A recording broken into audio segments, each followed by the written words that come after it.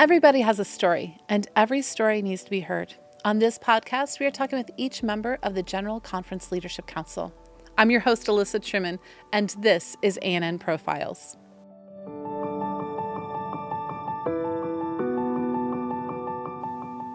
Today I am here with Lisa Beardsley-Hardy.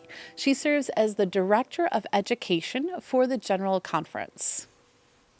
Hello, Lisa. Hi, Alyssa. How are you? Very good, thank you. It is delightful to have you here with me. So we are in the same Sabbath school class. We go to the same church, same Sabbath school class. But you know what? I do not know much about you. I know that you're the education director. I know that you have Finnish and Japanese roots. That's right. I know that you have an amazing husband. Yep. And I know that you have an education background. So we're going to fill in all those blanks of things that I don't know about Lisa. So let's start at the very beginning. Where were you born? I was born in England, and it's thanks to the Sabbath that I was born there. My mother is Finnish, as you alluded to. Half of it is Finnish. And she wanted to study nursing, but in Finland at that time, they required Sabbath classes. So she and some other young ladies went to England to study. And meanwhile, from the other side of the world, my father was raised Buddhist. He's Japanese, raised in Hawaii. And he had never really heard of Christ before until after the war. After the war, that is the Second World War, well, towards the end, he was in the army. He was part of the military intelligence as a Japanese translator, trained as a translator in the Philippine Islands, persuading Japanese troops that the war had ended. And they captured quite a few of those troops, and I grew up with some of the things that he had. He got some flags and samurai swords from those captures. After the war, he came back to Hawaii, and he started to take some night classes at it was just a program near his house. And one of those classes was called Life and Teachings of Christ. He said he'd, of course, heard of Jesus before, but he had no idea whether Jesus had 2 disciples or 20 disciples. And after taking that class, he was really intrigued, and he decided to go to the main campus. And the main campus was in California. It was a college called Pacific Union College. And from there, he went on to Atlantic Union College and was quite taken with what he was learning and became a theology major. He then, over time, went into ministry. He was the intern for the Japanese church in L.A. and hit a real crisis of faith and didn't know what to do. He went back into the military, where he had been before, but this time in a medic capacity, and was stationed in England. He still believed in the Seventh-day Sabbath. He still believed in what Seventh-day Adventists taught. He just was still recovering from the crisis of faith that he had at the Japanese church in L.A. And it was at a Seventh-day Adventist meeting that he met my mother. So thanks to Seventh-day Adventism and different routes on both sides, my father's and my mother, I was born in England, as well as my brother who came along later. So were they at Newbold? No, my father was stationed at the American base in Newbury in England, where the Royal Air Force is, the British Royal Air Force, but there was a U.S. base there at the time. And my mother was studying nursing in Newbury, but there were a lot of Finns who went to Newbold at that time, and so they would get together. And they were actually married in London. Okay, so it wasn't even... So with your mom, it wasn't even like she'd gone to an Adventist school or something. She just was trying to find a place where there were no classes on Correct. Sabbath. Ended up meeting in Newbury. Right. And wow, that is an impressive story of God's providence in bringing people together. And faithfulness because of the Sabbath. One time I was thinking what's happening right now with the war in Ukraine. And that was the same situation with my mother's family. They are from eastern Finland. Now it's Russia because of the war between Russia and Finland. And so they were evacuees into Finland proper. And I thought if it weren't for the war, if it weren't for my mother going to nursing school, I would probably be a farmer's wife somewhere in eastern Finland with 9 or 12 children, like my mother. She grew up with 9 children. But then I started thinking about it, and I realized I wouldn't be at all. It's true, because you wouldn't have met your dad. That's right. He wouldn't have met them, and there would have been no way. And so even the crisis of war and being refugees, not once, but twice, not refugees because they were evacuees, properly speaking, because they stayed within their country and were evacuated from that part of Finland, Karjala, into the interior part of Finland. And when the soldiers retreated, their house and farm was burnt to the ground. They rebuilt everything. And then the war came back and they had to be evacuated a second time. So God has even redeemed that terrible experience of war on my mother's side and on my father's side. My father he was born in a place called Aiea. Aiea is just above Pearl Harbor, and he was there when it was bombed. Oh, wow. So they've both gone through some pretty traumatic experiences with war before they even came together. Yes, and it was on his part, even the crisis of faith. The Lord didn't let go of his hand. He's the only Christian on that side of the family. They're all Buddhist. He's the only one that became a Seventh-day Adventist and the only one who became a Christian. Wow. So that's even hard, because it's like you're leaving behind everything you know and all that crisis. So he meets your mother. They Yes, and fall in love. Yes, but my mother was not technically Seventh-day Adventist then, because, and that's the previous war, my mother was something that today is called Reformed Adventist. And that is those Adventists who felt that you should not fight, even to defend yourself, to defend your property. And I just mentioned the war, and that was something that my grandfather, who was a farmer and a blacksmith, felt very deeply about, that you keep the Sabbath command no matter what, and you don't kill no matter what, too. So when this came to a head in Europe, starting in Germany, and then filtering up to Finland, who also was affected by the war, he felt no matter what, we will not fight, and instead chose to retreat. So she was raised in this Reformed tradition. There still are some Reformed Adventists, not so many, but... So she was Reformed Adventist. He had a background in Seventh-day Adventism and all this. So they get together. They get married. How shortly after were you a part of their life? I counted it once, and it was 8.5 months. So I asked my mother about this. She didn't mean to unwind that one. And she said I was early. She said I've always been early and everything. That is one of my pet peeves. I hate being late. Even to your own birth. You were like, I will not even be late to my birth. Not even on time. Yes. That's actually one of my pet peeves too, Lisa. I really, I've always told people that it's like, you always should be early. Like, I'm never going to have someone wait on me that's like my worst fear is people having to wait for me. It's like, which is, nobody in my family quite gets it to the same level I have it, but that's okay. You might get it. Yes, but my family absolutely, absolutely. I really do not like being late. So were you raised in England then? No. After my brother was born, also in England, my father was dishonorably discharged, and he was accepted into a doctoral program at the University of Maryland. So we moved to College Park, Maryland. And we lived in a place, and we just were there last night, my husband and I, IKEA.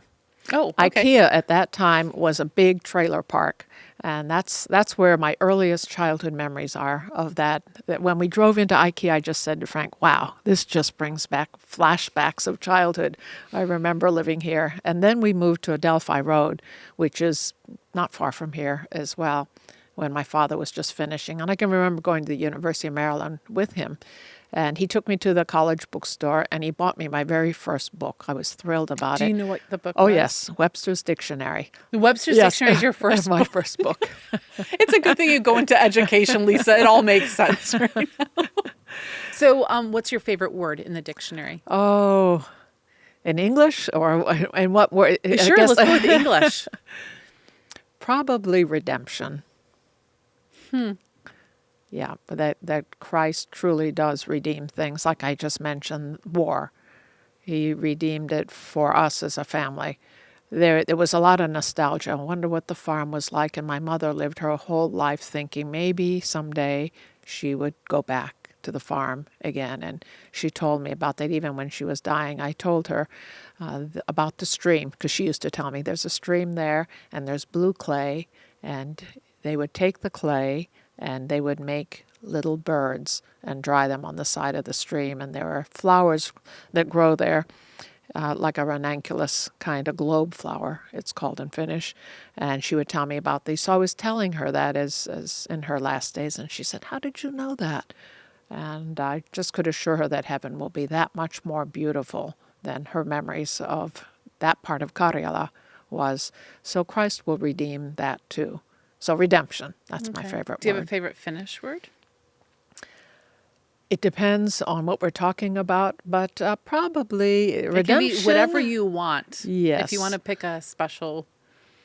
I would have to think about that because there are times when the Finnish word is just the only right way to say something. And even with Frank, I'll tell him it's this, and this is what it means. But it doesn't quite exactly mean that. Each language has something that is very precise for whatever that is. And pelastus, which is what redemption is or salvation, it doesn't have the same feel. The English is really better in this Okay, case. interesting. All right, so you're here in Maryland, and you're being raised. Are your parents actively attending a church? Is their faith strong at this point? Yes. Oh, I have a kind of funny picture of me sitting on the lawn chair with my father, and he's got his nose in reading some of Ellen White's writings. He still remained very, very deeply interested in spiritual matters. He did a PhD in clinical psychology, but he never lost that love of the spiritual depths. I have another picture where I'm modeling my new Sabbath purse and my new Sabbath hat, and a third picture from those days where I'm sitting on the ground with by then, a younger sister was born, and I'm explaining something to her in the book. I think it was a picture album. I'm explaining something, and I just like kids can sit on the ground with their feet straight in front of them, their knees just flat against the ground. So I've got my feet up like, as an can't do adult, that I now. can't do that. But I'm sitting there like that, and she's looking at it, and I'm explaining something in there. But my slippers are on the wrong feet, so they're like one going this way and one going that way. So I still haven't gotten it right. But that's probably where the education started with my already siblings. starting to educate And people. then another sister came Okay, after so there's that. 4 of They're you? all 4, yeah. Okay. And when we go to National Airport, we drive right by the hospital where my sisters were born. I remember that too. I tell Frank, at that time there used to be a phone box at the bottom of the hill, and my father took us. They wouldn't let us into the hospital after my youngest sister was born. My father took us, and I remember him lifting me up because the cord of the phone was kind of short in the telephone box. And so he's lifting me up, and I'm talking to her, and I could hear her. And I just was very concerned. And I said, "Mommy, did it hurt?" I was really concerned about. And she said, "No, Lisa, it didn't hurt." So I think of that when we drive by there. We lived here until I was 7, and I did go to the orientation for school at what today is Tacoma Academy. And again, I have fleeting memories of that. But my father got called to Loma Linda University to be on the faculty there. So we moved to Loma Linda, and we were there for a while, right near where today it's the Fitness and Wellness Center off of Cole Road, not Cole Road. It's going to come to me in a moment. It's But- okay. We can wait for it to come in a moment. Yes. So you can keep going. Yes, Cole Street. Okay, Cole Street. It was, yeah, not a road. And so that was my earliest schooling, was at Loma Linda Elementary School. And partway through that, he then went over to the psychiatric hospital across the way in Highland, and we moved. So I did go to Fairland Adventist School. What's some of first your grade. favorite childhood memories from school years? Well, since from education that is your time- thing, I want to know about your education. Education, I remember second grade, I now went to a public school. And I remember walking home, and I guess at school they must have given us this little Gideon Bibles, just the small little hand-sized one, and I was so happy about that. Walking home with a Bible, holding it in my hand, and just sensing God's presence. As a little girl, it was like holding the hand of God, walking back home. And that same, we had to walk by an irrigation ditch there in Highland. And I can remember with my brother and I, when they would let the water out of the irrigation ditches, at that time there were orange groves everywhere. Today, there are hardly any orange trees. They're just apartment blocks. But It's true. but we would get at the top of the irrigation ditch and let the water push us down. And we learned something because it's made out of cement and rock. And if you do that long enough, it'll wear the pants right off of you. All that abrasion and Oops. It sounds like a fun memory, though. Yes. My brother and I are a year apart, and then the middle sister, that was a year and a half later, and then the youngest is a year and 1 month later. So we were just four munchkins. We had very happy childhood growing up. My father loved to fish, which meant we had to find water somewhere, beaches. And while he would fish, we would swim and body surf and look for shells. And after that, after California, Loma Linda, and then the psychiatric hospital, that was a psychiatric hospital for the criminally insane. It's still there for those who had committed crimes and would not be kept in prison for reason of mental illness. The stories he told us were not like the normal stories you hear as a child. He would tell us about his most colorful patients, and I won't relate them That's here okay. because they're criminals. They're pretty gruesome. But these are the kinds of stories that I grew up It wasn't hearing. Uncle Right. Arthur bedtime story version. Well, speaking of Uncle Arthur's bedtime story, when we lived on Adelphi Road, and I was 5 or 6 years old, on Christmas, we got a gift that was all wrapped up in a box, and it was wrapped, each one was wrapped in brown paper. And when we tore that back, it was Uncle Arthur's bedtime stories in this orange cover. And I remember us screaming and jumping up and down. We were so happy. We loved those books. They were wonderful books. So yes, we did grow up with Uncle Arthur's bedtime as well as stories. your father's bedtime stories. No, they weren't bedtime stories. They were just, he would just tell us what he did at work that day. And when he was working at the psychiatric hospital, I remember one day I asked my mother, Mommy, how long does it take to get a PhD? And she said, well, you're going to have to wait till your father gets home and he can explain that to you.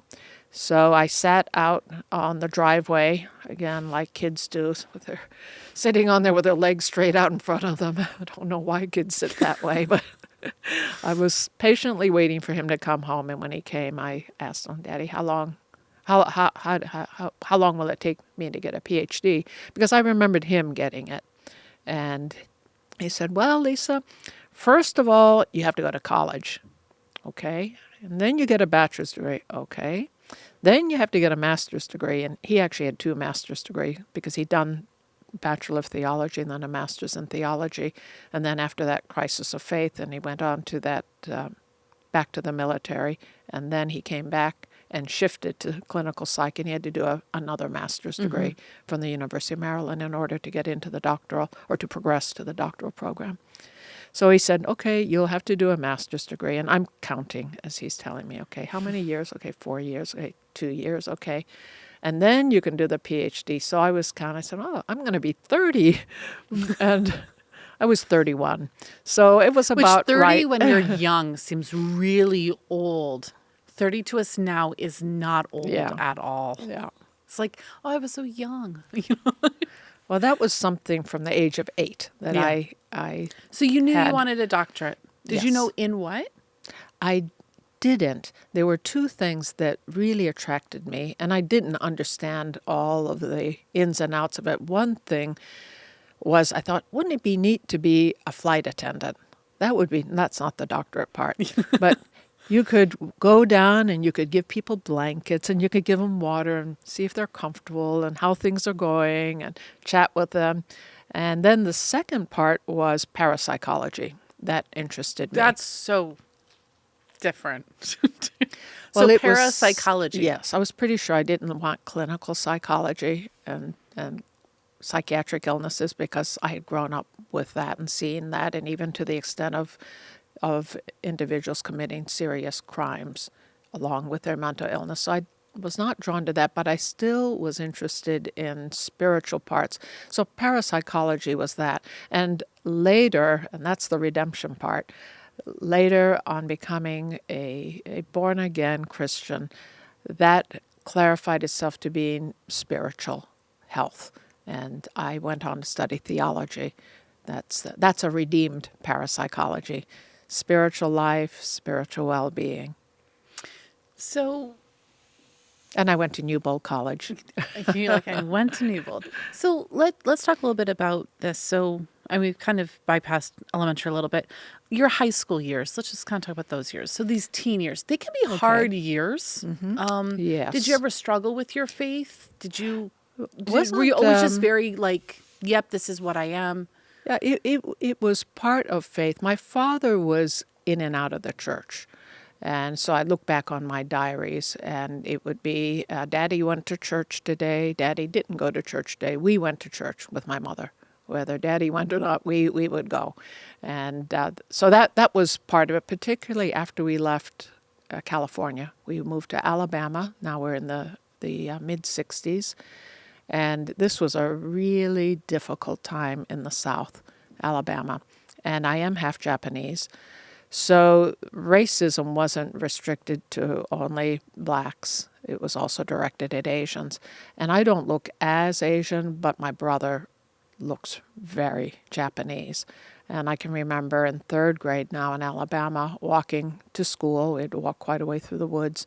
And then at school, some of the boys picking on, pull their eyes and call him chink and things like this. And I'm the older sister, and I can remember just fuming, angry, and wanting to bloody somebody's nose. I didn't know who it was, and walking home with my brother and him just, that type of sobbing, crying, and me being so upset because my brother had been picked on. We then moved to Florida. Florida was better, but there was still a period of turbulence, of rioting, and we had to drive by the black school, and bricks being thrown and fires, and it was a very turbulent time. So by the time I was in fifth grade, where I lived, rather than having black schools and white schools and trying to force integration, new schools were built that were desegregated from the beginning. So I went to a desegregated school for grade 5, and that was a new experience to have blacks in with the whites. But that was all we knew. We knew that it was special, but there were still black schools and there were still white schools, but these desegregated schools. In grade 5, at the end of grade 5, with the consultation with the teachers, I skipped grade 6 and I went right on into grade 7. And that also was a new school. It was built as a desegregated school, and we were all bused from different places. The black kids from the black part of town, and the white kids where I lived, they were all whites. And we were bused to this new place, this new junior high school. So that's why I went for grade 7. Grade 8, now we moved again to New York, upstate New York, where my dad was the chief psychologist What for part? Newark. Okay. Newark is along the Erie Canal. It's between Rochester and Syracuse, south of Lake Ontario. So that school was, again, a public school, grade 8, and we lived for a period of time on the state hospital grounds. We lived in the nurses' quarters while our house was being built out in the countryside. And that was, again, I remember one day we had to cook downstairs, and I was down there cooking for the family, and there were just nurses who lived in there, but there are few others. We all had our own rooms as if we were one of the nurses in there. And I was down there cooking, and I heard a sound in the far end of the hall where they stored all of the lawn furniture and the umbrellas and the croquet things and all the things for summer. This was during the winter. So I went there and I turned on the light, and I could again hear like something.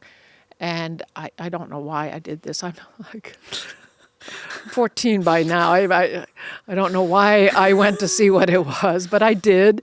And all of a sudden, this guy pops out from there, and he's wearing a white T-shirt and some white kind of long johns, but they're halfway off of him, and they're all wet at the bottom. And he starts running towards me, and I start running. He's bigger than me.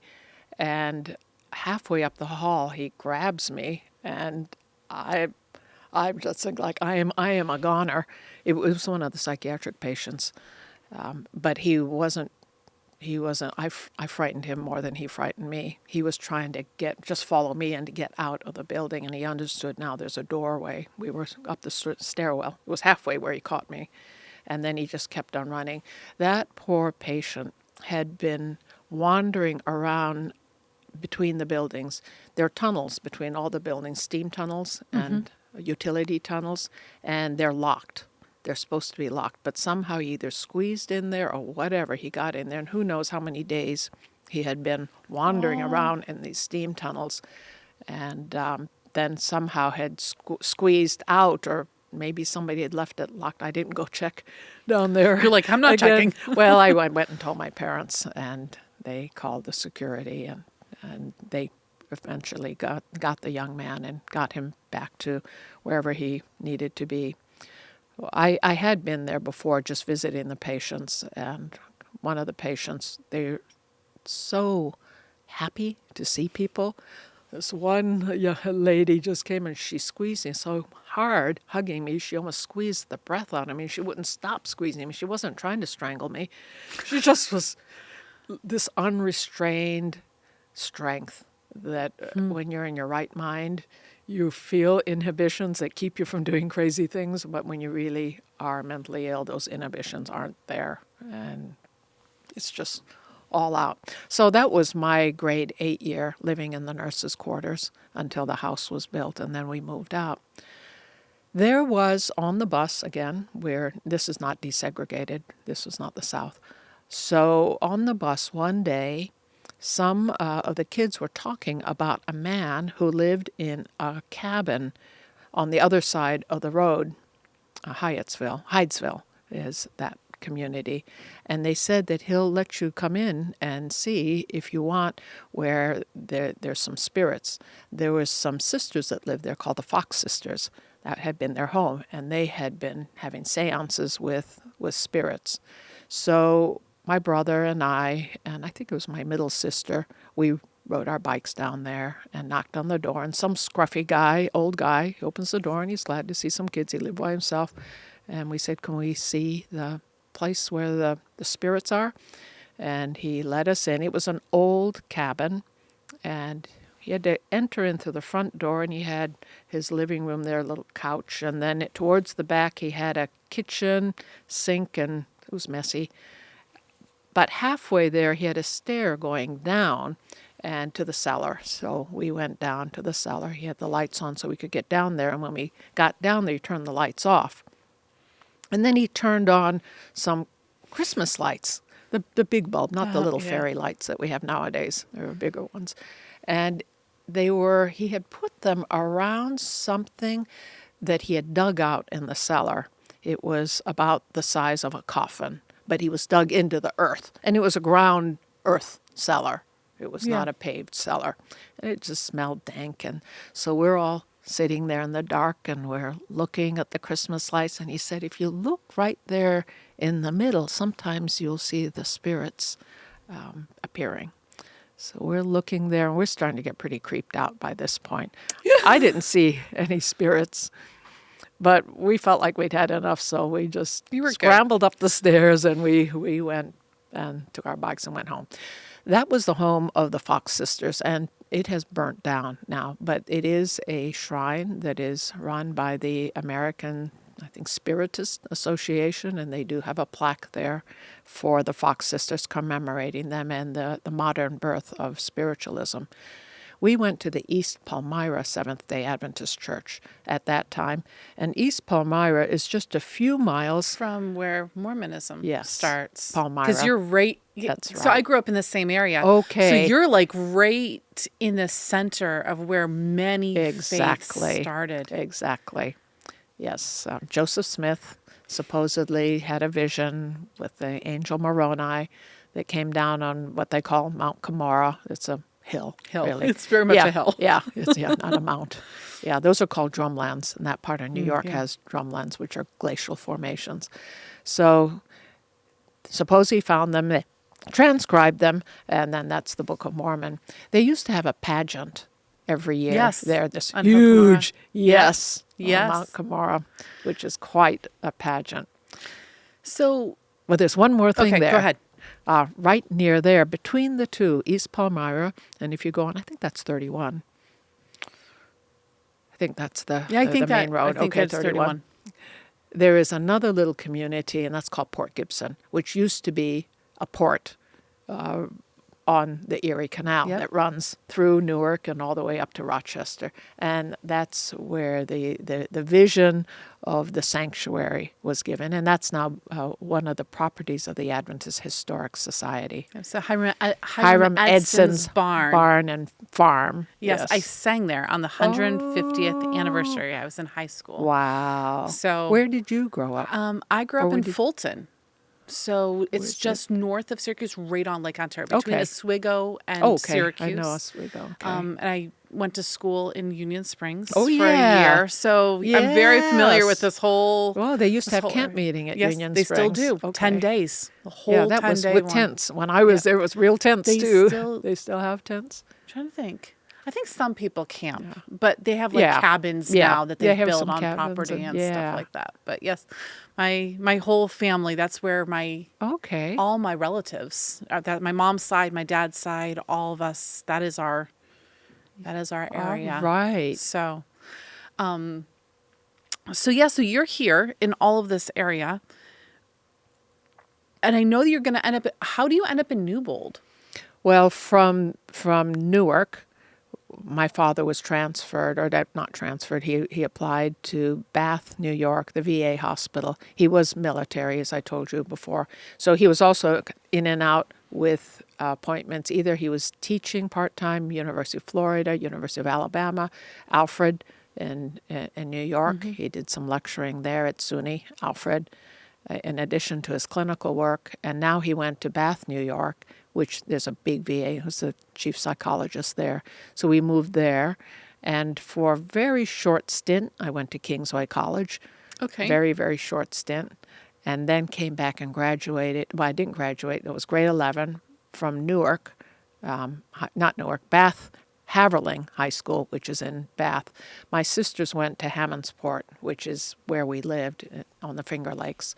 But my brother and I, because he was a tennis player, very good tennis player, and then I was in music, so we went to Bath. Every morning we drove with my dad to Bath. And in grade 11, at the end of grade 11, it was partly in the argument with my father and partly my aunt who came and my grandmother who came visiting from Finland. We'd have grandmother visits. The Buddhist grandma from Hawaii would come and visit. And then my Finnish grandma, who was still, to the time she died, she was a Reformed Adventist, she would come and visit. So my grandmother and my aunt from Finland were visiting. And my aunt said, why doesn't Lisa come to Finland and study there? And so that was just a rough time with my father. So when my father was on one of his meetings, professional meeting, probably APA, American Psychological Association, my mother helped me pack up and I went to Finland. Oh, wow. And I went to study at our Adventist Junior College. So that was my junior year in grade 11. And I just never went home. From there, then I went to Newbold because everybody in Finland who was going to study theology went to Newbold. Right. What made you decide to study theology, Lisa? Well, when I left, my mother put 2 books in my suitcase and a Bible. And so I happened to notice the Bible. I took that out and left it, but I didn't notice the 2 books. The books were Great Controversy and Steps to Christ.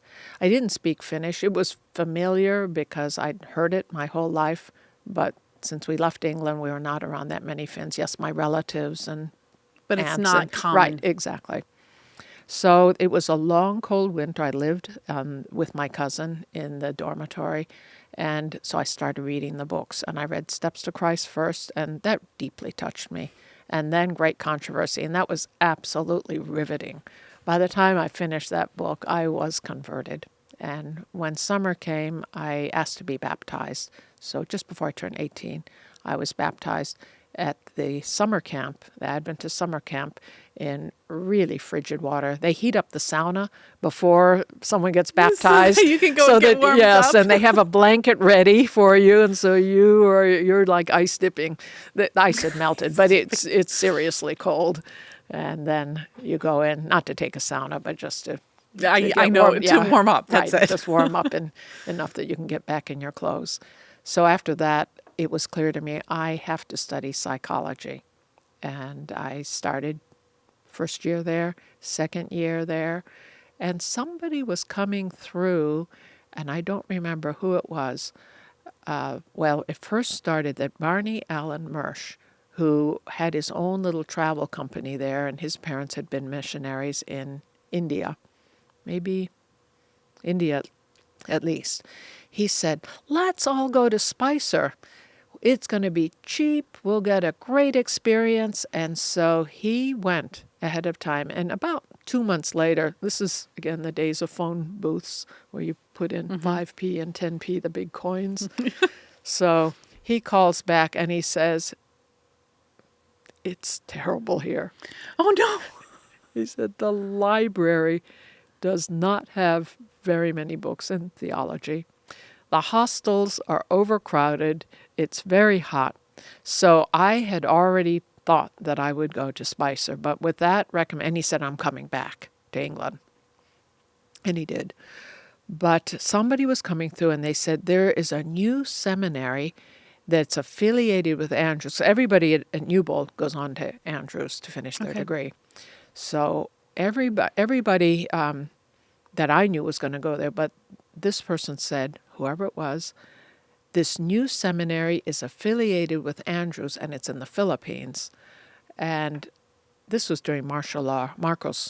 Ferdinand Marcos was still president. But it sounded like an adventure, and I'm 20 years old, and what do I know about Why not? dictators? And right, exactly, and martial law. And so I and a few other Finns went as well. And I can remember landing, through Kuala Lumpur, that was still nice, but landing in Manila, and when they opened the door and you had to go down the ramp to the tarmac at that time, just coming to the door and like the heat and the humidity was so much about pushed me back into the plane. And thus it wasn't easy to go back and forth. So that's IS, Adventist International Institute of Advanced Studies. When I got there, the other Finns were doing graduate studies. I didn't know that it was only graduate. So they made an accommodation. They didn't send me back, and they let me take the rest of my BTH, Bachelor of Theology classes with the graduate students. And in the last year, the Greek teacher asked if I would be his grading assistant, his teaching assistant, to grade all the Greek papers, which was a great way to learn Greek. And it also, I earned a little bit of money by that. What did you want to do with this degree? I had no idea. And in my last year, I found out that the Seventh-day Adventist Church didn't ordain women or have women pastors, which was a huge shock because I just presumed that's what I would be doing. And by the time I graduated, I was the only woman. Now, it was an unusual situation because I was the only undergrad in that program. But I just assumed I would do that, and it was a shock, a terrible shock, because now what do I do with a BTH? And I had an experience then that was very painful. It was during the summer before I graduated. We had to do this Metro Manila Crusade, public evangelism. It was a required course. And an individual from the GC came to teach the course and to conduct the evangelism. So all of us seminary students, we were bused from Ceylon to Manila, and we had to stay on the, at that time, PUC, Philippine Union College campus, and Baez, I was right down in Caloocan City. They've moved out now to Ceylon, but that time they were in the city. And all the guys stayed in the guys' dorm, and I was the only female, so I stayed in the female dorm, and they just put me in with a couple of Filipino ladies and a Thai student. I was on the bottom bunk, and I would leave early in the morning. They'd bus us to Central Church, and then we would have lectures until 12. At noon, we'd eat some rice and some malunggay stew, which is these malunggay leaves with some lentil-like things and carrots and just little onions. And then we would go out and do door-to-door work. Not really door-to-door because some of the places didn't have doors, but we would be going in the streets. House to house. House-to-house work, There you go. exactly. It was the end of the rainy season. And the end of the rainy season is very hot, very muggy, but the rain has pretty much stopped. And something happens at the end of rainy season that I had not realized. During rainy season, the frogs proliferate, and they're all over, like the plagues of Egypt, everywhere. They're hopping around like the real bumpy frogs. And so after the rains stop, then the canals outside along the streets, they start to dry up, and when they finally dry up, yeah, I'm know what's already coming up. envisioning this. Yes. Yeah, that's the next plague of Egypt, the flies. Oh, So you've got and the pass, smell. and the smell, and the little bit of mud. So I would walk by these bloated, balloon-like bullfrogs covered with flies, and when you walk by them, the flies then kind of and they fly up in That your sound face is so and they, accurate, Lisa. The sound is so accurate. yeah, hit my legs and hit my arms. You're like, it's just awful. Then we would come back after that edifying experience of inviting people to the meetings and have our dinner and get bused to where the tent was. It was a big tent. And they were just benches, wooden benches. And we would sit there. And the thing about that time of season, it's still humid and it doesn't get cool at night. Like in California, at night, at least it gets cool in the evening. But there, it's hot in the day, and it's still pretty hot. So we're fanning ourselves with our programs, and those are the days of slides, not PowerPoints. Watching Just the clicking. and yes, the clicking and the translation. Everything had to be translated into Tagalog, and then we get back in the bus, and we get bussed back, and we would get back after curfew for the undergrads, but I don't remember how they arranged for us to get back in. So we did this day after day, 2 weeks. This whole thing went on. And it was towards the second week where one of all of my classmates were quite a bit older than me. Most were pastors already, and they were coming for their graduate degree. They'd gotten their first degree, they were pastor, and they came back for the master's degree. They were from Japan and China and India and Bangladesh and Philippines and Indonesia and all over that whole region.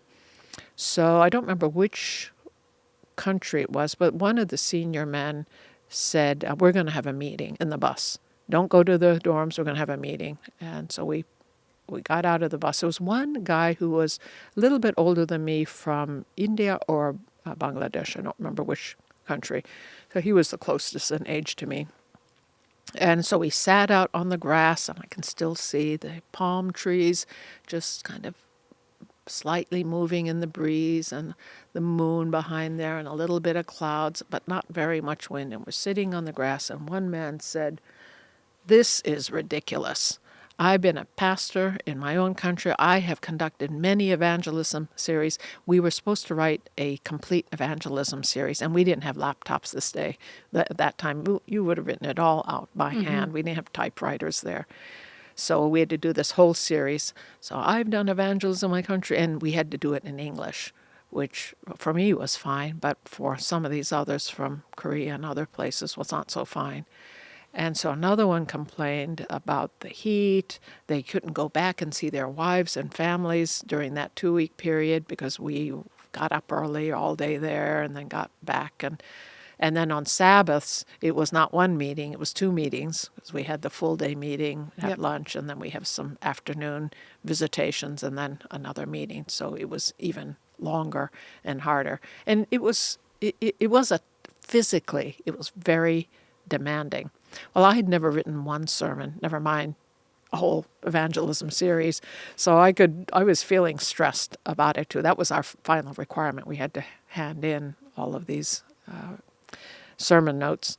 And one of the guys then said, "This is ridiculous. I'm taking my family and we're flying back to whichever country it was." And another one said the same thing. And I was shocked because I really looked up to these men. They were older than me. They were like a bigger brother to me. I respected them. They were pastors. Some of them were ordained already.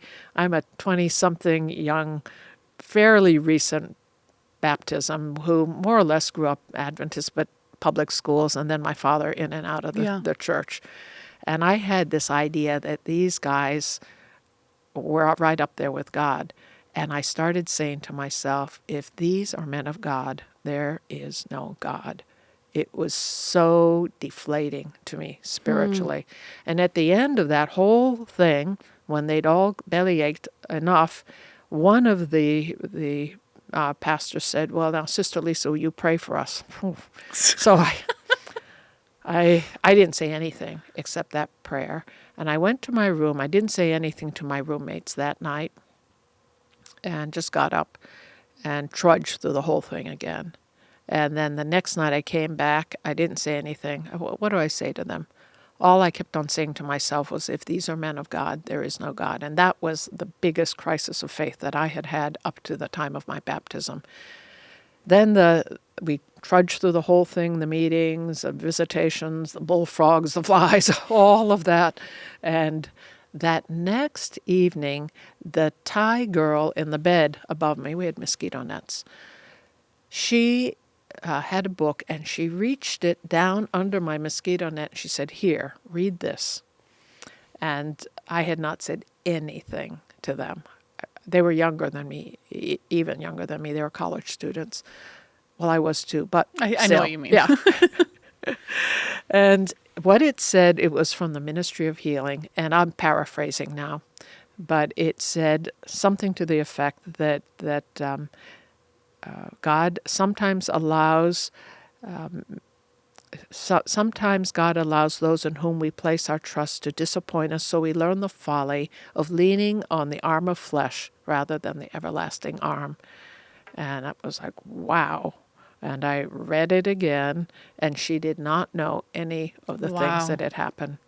And I didn't snap out of it, but that's exactly what I needed to know, that they aren't God. And I had been leaning on the arm of flesh, not on God. And I'd allowed their human frailty to make me even question whether God existed at all. I was thinking during that time, this is ridiculous. What do I do? I'm going to get a BTH and I don't even believe in God. What do you do with a BTH when you don't believe in God? Right. Yeah. Just because I want to make sure that we get as much of your life in here as possible here. What do you get a doctorate, a PhD? Well, because I know as a 7-year-old, you were already planning on Yes. it. Do you end up getting yourself a PhD? Yes, in an indirect way, because when I went to Finland, I was at Tampere, which is in the central part of Finland. Just before school started, the teacher of grade 5 and 6 had gotten up in a tree. Her son had shot an arrow in the tree, and I don't know why she didn't send her 12-year-old boy up and get the arrow out. But she went up, and when she tried to grab it, she flipped out of the tree backwards, and she broke her arm and leg. And they needed a teacher. So they asked me if I could teach, and me not knowing anything about education, and they said it's only for 2 months, at worst only till Christmas, so I agreed to do it. It was terrible. It was the worst thing I've ever done in my life. Taking a drink of water at that moment. I had no idea how to manage classrooms. I'd not been a teacher. It was desperate every day. I was just doing one day ahead to keep ahead of the students. It was a combined 5th and 6th grade class, so they're 12, 13 years old. And kids are poke holes in their eraser, and then when they think I'm not looking, they poke holes in each other, and they write notes, and they think I don't see. And Teachers see everything. It's right, like parents. exactly. We all see everything. Exactly. And then when spring came and the snow started to melt, the icicles started to melt, tip, tip, tip, tip, outside the window, and the sun is coming in. Can we go outside, teacher? And I wanted to go outside too, but I thought, no, I've got to keep them in here. And then one student asked me, teacher, why do earthworms have worms? Earthworms have rings. That's a really great question. I still don't know why earthworms have rings. But it was a challenging year, and I can remember walking home in tears. It was exhausting. I didn't know what I was doing. Really, I feel sorry for those students because I was winging it. But that was my introduction to education. I then I was pretty sure I didn't want to work with kids. So I went to Loma Linda, and I did a master's in public health. I was interested in education, and the door to ministry was closed. And they would accept me at Loma Linda, provided I took some prerequisites, biochemistry and microbiology, anatomy and physiology, and sociology. So I you did go on to those. get your master's in public health. So I can teach. I thought, okay, I'll do that. And I went back to Finland, and I taught in our seminary for 3 years and did health evangelism. I thought, if I can't do church work, can't do evangelism, I can do this kind of evangelism. Okay. But I still had an eye on doing a doctorate. But I had in my mind still what my father said, okay, you do the bachelor's. Okay, got that done. Okay, now I've got the master's and then the PhD. And I applied to a number of places, and one of those was to the University of Hawaii, where my half of my family's from. I'd spent about 10 years in Finland on and off with my mother's side of the family. So I moved there and did the PhD and stayed on after that to work at the University of Hawaii. So yes, I got the PhD. You're like, I did. Check. So what was your PhD in? Educational psychology. Okay. My father wanted me still at this point to go into practice with him. He had a private practice by this point, but still he's working with psychiatric patients for the most part. Not something you really were wanting to do. I had grown up with that my whole life, and I saw that dark underbelly. Educational psychology deals with normal psychology, with learning, how to facilitate learning, and not when everything goes wrong emotionally. And to me, it really is fascinating to understand how do people learn, and much of the work I've done is how to measure that learning has taken place. And the Lord led that I would be working with the medical school there.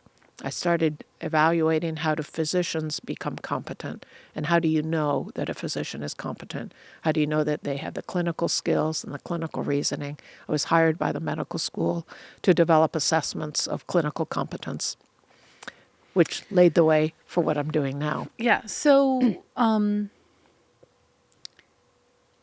you're in Hawaii, University of Hawaii area. I know that you have a really interesting story because I've heard you mention it a few times in Sabbath school, and I kind of want to be able to visit it. Where you're working, I believe, in Indiana. Might be wrong with Indiana. There's a state that you're working in, Illinois. Indiana. Okay, I knew it was right down near there. But you had a call to work at Andrews. Now, was this going to be your first call to work in Adventist schooling? Well, I stayed at the University of Hawaii altogether. I was there about 5 years. After finishing my PhD, I was hired as an assistant professor in the School of Medicine. I had a joint appointment with psychiatry, which was with internal medicine, which was fine. I didn't want to get into psychiatry. I was on the same building with psychiatry.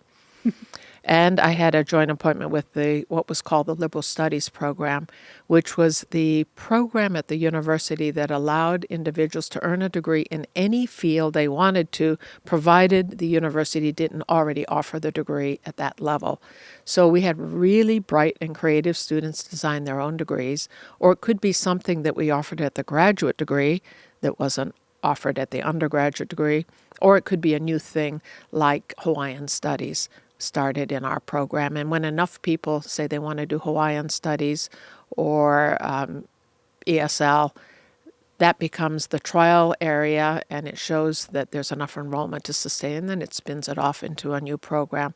So I worked in that program, which was really helpful. That would have been fun. It was. It was very fun because they had to defend a proposal of what this degree was, something creative or something more traditional that we didn't offer. And it helped me understand the nature of knowledge and disciplines in a university, which also helped me for this Where you degree. are now. Right. Yes.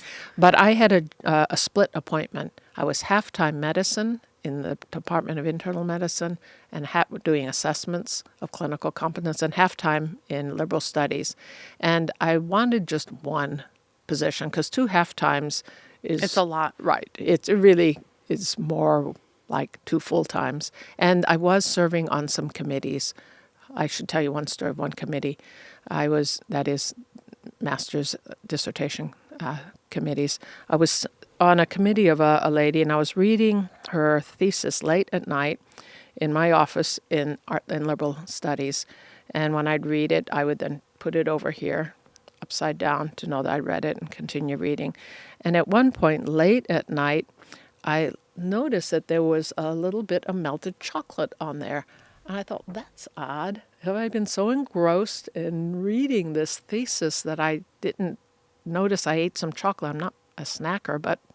So I opened my desk drawer and I look. No, I pull out the trash can, see if there's any wrapper in there. No, there isn't. I'm still baffled, so I reach over my finger and I look at it. You're going to lick it. Yeah, I Come was. on, Lisa. And then I just thought, that is so odd. So before I licked it, I just looked up from where the paper was, and there's a little gecko hanging upside down. I'm so glad you did not lick that. So just so you know, Lisa, before you lick, you should at least sniff. Like sniff before you lick. I did sniff. Okay. It didn't have a chocolate smell. That's why I, but it didn't have a bad smell either. So I had these 2 half-time jobs and then doing things like thesis supervision. And I was at the American Educational Research Association annual meeting. They have these job postings and interviews. So I started doing some interviews there, see what was out there. And one of the positions was this full-time position as assistant dean at the University of Illinois College of Medicine. And I applied, and the dean had come to Hawaii for some professional meetings, and he interviewed me here.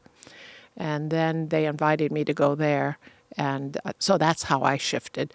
I thought I'd be there just maybe 2-3 years, maybe 4 years, and maybe get to the rank of associate professor. And by then, something would open up back at the University of Hawaii. There would be one full-time position. But I ended up staying there for 8 years. And that was the story that you had heard about. Yeah. So from the University of Illinois, you were there for 8 years, and then you were at Andrews for how many years? Well, by year 6, I think it was, I started to feel really restless. And I thought it might be depression. So I went to my primary care physician, and I said, I think I'm depressed. So she did a complete history and physical, and she said, I can prescribe you some antidepressants, and they work. But she said, before I do that, I'd like you to really think if there's anything going on in your life that this might be a symptom of.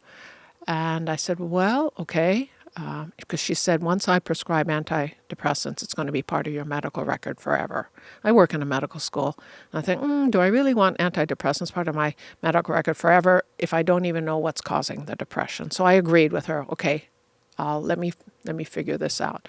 So I thought it could be seasonal affective disorder, because my office was in the tornado shelter of the medical school underground. Yeah. So when I drive in the morning, it was dark. In the wintertime, I'd be underground. And if a tornado come, I'd be really safe, but it was dark. But the rest of the time, it's just dark. It's dark. It's dark.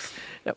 Fluorescent lights. Yeah. And then for lunch, I'd run over to Methodist Medical Center for lunch, get a sandwich, and then I'd come back. But that's 7-minute walk one way and a 7-minute walk back. And I go back down to the tornado shelter. So I thought it could be light. And I knew that from living in Finland before, that those long, dark winters really just would make me feel depressed.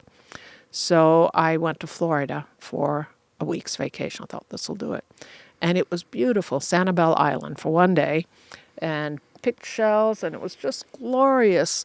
And the next day, get up, and it's raining. And the next Oh, day, no. and the next day, and the rest of the week, it rained every single day. So I went back, and I was still feeling just depressed. Then my secretary brought me the schedule for the academic calendar for all the exams. I oversaw all the exams of the medical students. And there on one sheet of paper, when I looked at that, that feeling of depression, it's like, poof. And I realized that I knew exactly what I'd be doing for every day for the next year on that one piece of paper. I knew the exams, what would take to prepare the exams, to score the exams. You needed a students. change. Exactly. I knew that what I really needed was a change. So I did chaplaincy training at the Methodist Medical Center of Illinois. I negotiated with the dean to use 1 day of vacation per week to do CPE, clinical pastoral education, every Monday.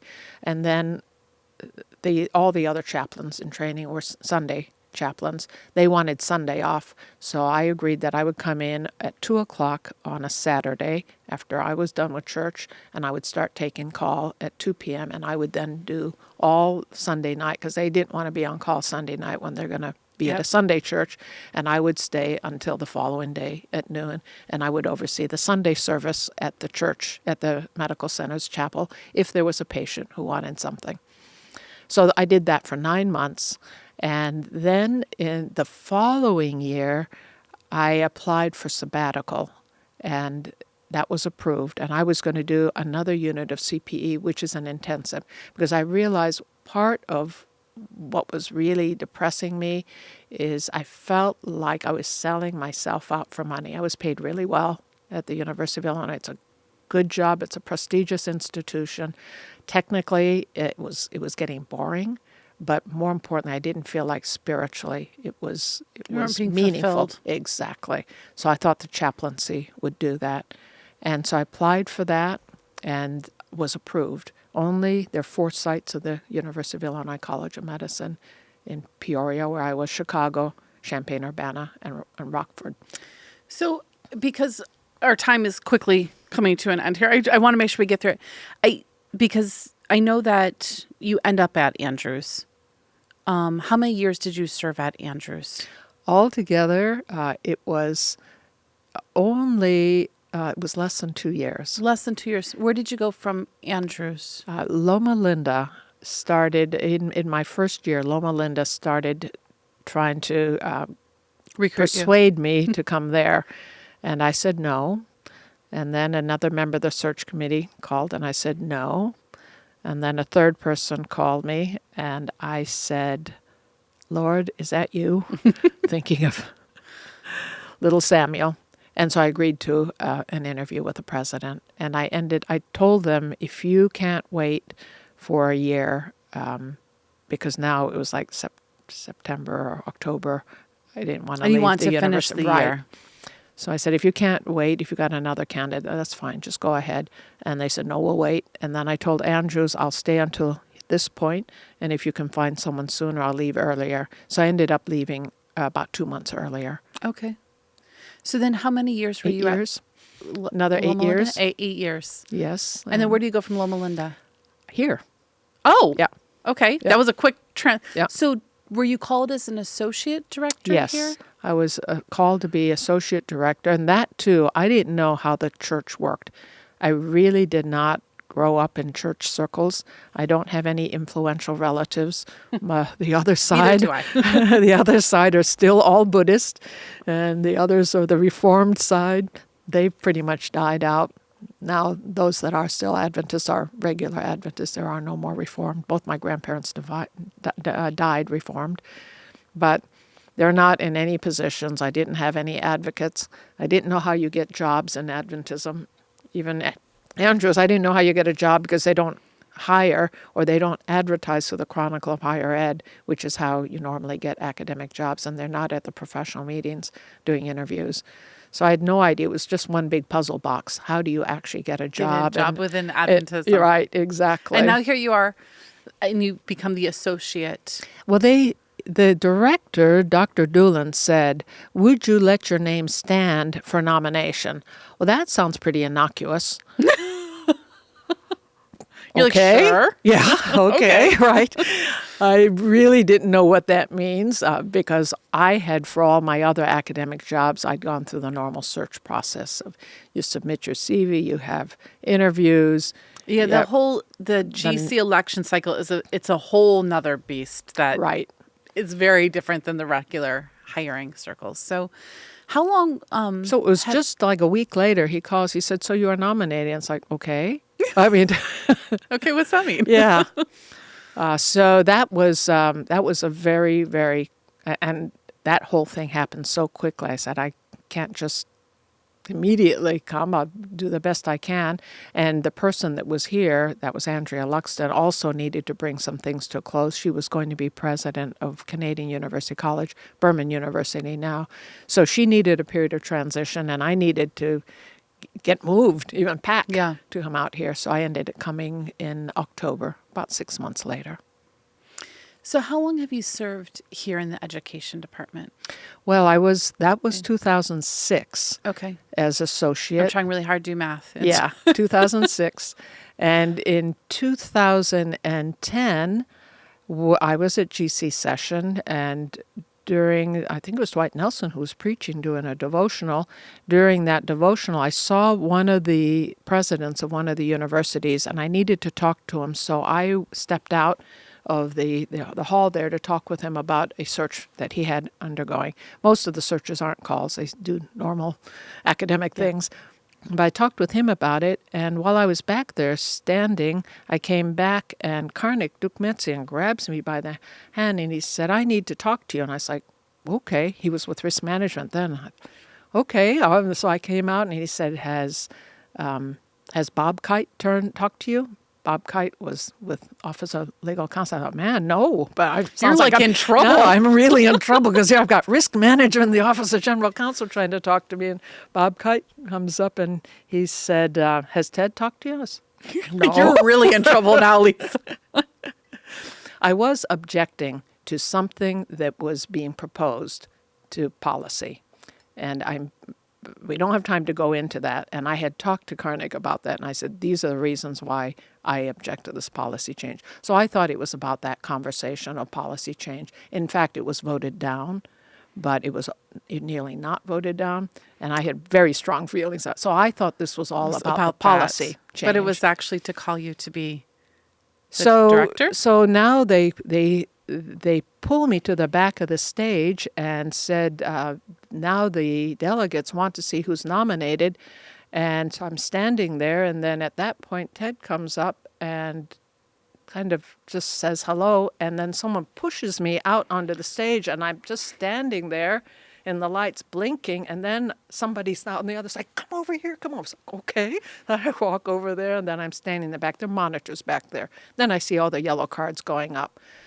This whole thing happened so quickly without me clearly understanding what's going on. By the time the vote was taken and I realized what it was, I came down the stairs to go to my seat. My phone, at that time they gave us special GC phones we were supposed to carry with us all the time.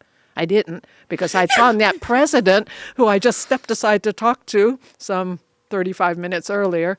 There were all these calls where they were trying to call me, but it was there in my purse on the seat. Oh, no. And John Fowler comes walking up to me, and he's smiling from ear to ear, and he says, "Nobody could be more pleased than me." He was an associate in the department too. He said, "Nobody could be more pleased than me." He said, "You are the man for the job." So that's how I got elected. You became the director. I became the director. That was that's quite that's quite the story, Lisa. The whole situation is interesting when you watch how elections and all of that happen. But that might be one of the most unique stories I've heard about an election at a GC session. I did not have any inkling that would happen. I truly did not. In fact, I already had applications out, and I already had an offer for a job interview. But here you are today, still helping lead the higher education, because that's what we do here at the GC, the higher education of Seventh-day Adventism. And you've done a phenomenal job with it. It's been a privilege. One of the things I'm really pleased about are the medical schools that we've been able to start. And that's why I think the Lord led me through all those experiences. Was so that you would be here at this time, because Right. you're the man for the job. I'm as the John man for the Fowler job. said. Yes. Thank you so much for joining us, Lisa. I really, really appreciate this time. And I feel like I know so much more about you. And it's really interesting to see how God has led you to where you are, and gave you so many unique experiences and gifts in order to be able to better fulfill serving his church at this time in our history. Thank you so much. Thank you, Lisa. It's been a privilege. We hope you enjoyed this episode of A&N Profiles with my special guest, Lisa Beardsley-Hardy. If you haven't already, please take a moment to subscribe to our podcast or YouTube channel, wherever it is you are tuning in from today. I don't want you to miss any future episodes. Thank you for spending this time with us, and join us next time as I continue to get to know the life stories of more inspiring people.